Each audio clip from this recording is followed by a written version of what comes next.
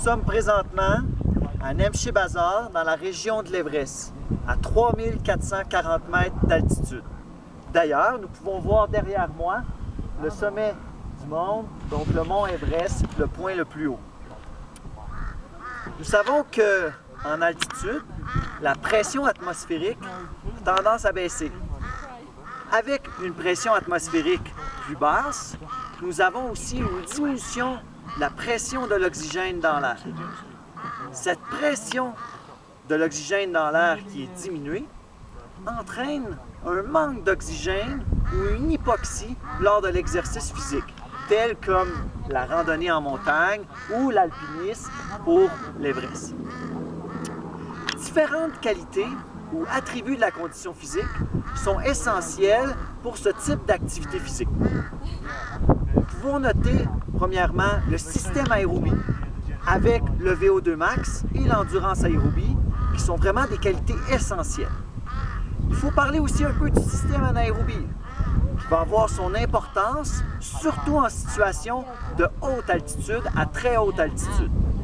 Dans les qualités musculaires, il ne faut pas négliger la puissance musculaire, surtout en situation de fatigue, mais aussi la coordination, l'équilibre et l'endurance musculaire. Ça nous amène à notre sujet du jour.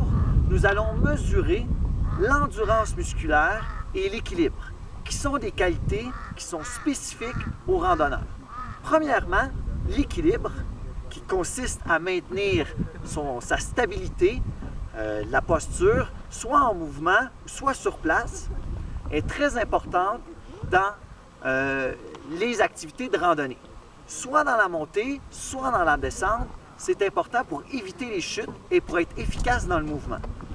De plus, de façon encore plus spécifique, pour faire l'ascension de l'Everest, dans la première étape, dans le glacier Khumbu, il y a plusieurs crevasses et des échelles sont positionnées de façon horizontale et il faut les traverser avec les bottes munies de crampons, ce qui rend l'équilibre un peu plus précaire. Notre premier test qu'on va faire pour l'équilibre est un test très simple. C'est un test de station unipodale, c'est-à-dire un équilibre sur un pied, sur place, sans mouvement. Donc, le participant va prendre l'équilibre en position sur un pied, les mains croisées sur les épaules. La durée du test est de 1 minute. Nous allons mesurer le nombre, nous allons calculer le nombre de déséquilibres. Un déséquilibre étant lorsque la main se déplace de la position qu'elle devrait être, c'est-à-dire sur l'épaule, lorsque la jambe libre vient en contact avec la jambe de support, ou encore, plus simplement, lorsque la jambe libre touche au sol. Ce sont tous des déséquilibres. À ce moment, nous allons compter, nous allons arrêter le chronomètre et compter un déséquilibre. Le test s'arrête après 1 minute. En plus du nombre de déséquilibres, nous allons tracer une surface, une aire de 50 cm par 50 cm. Lorsque le participant va se déplacer soit vers l'avant ou vers l'arrière et sortira de cette zone, ça comptera aussi pour un déséquilibre. Nous allons faire un essai sur la jambe d'appui gauche et un essai sur la jambe d'appui droite. Deuxième qualité qui sera mesurée aujourd'hui, l'endurance musculaire. L'endurance musculaire, très spécifique aussi pour les randonneurs en montagne, compte tenu des durées d'effort qui sont longues et compte tenu évidemment qu'on doit se servir des membres inférieurs pour monter et descendre la montagne. Le test choisi mesurera l'endurance musculaire des membres inférieurs.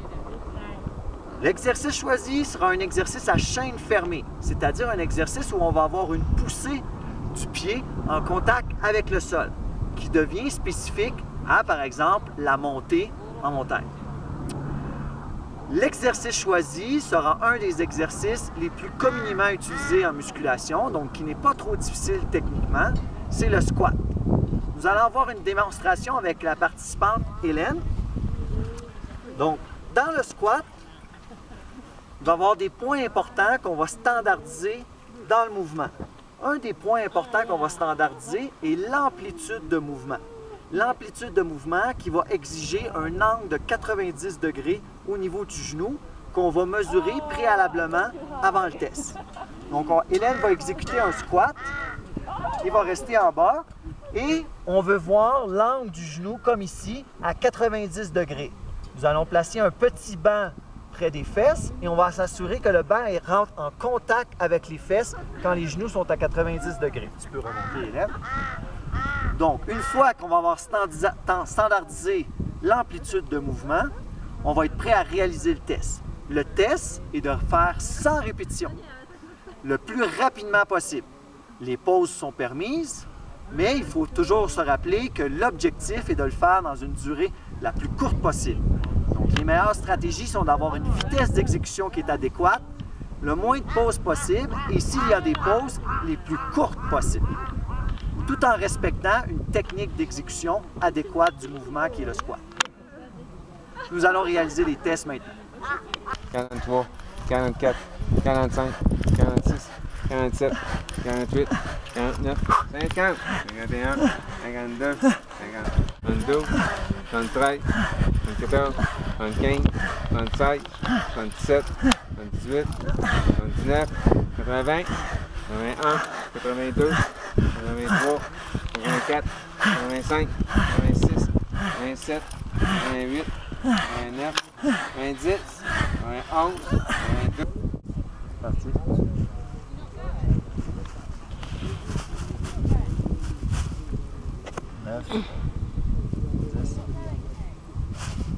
Ça va pas, ça va pas. 8. Bouge, Raymond. Difficile. Replace-toi.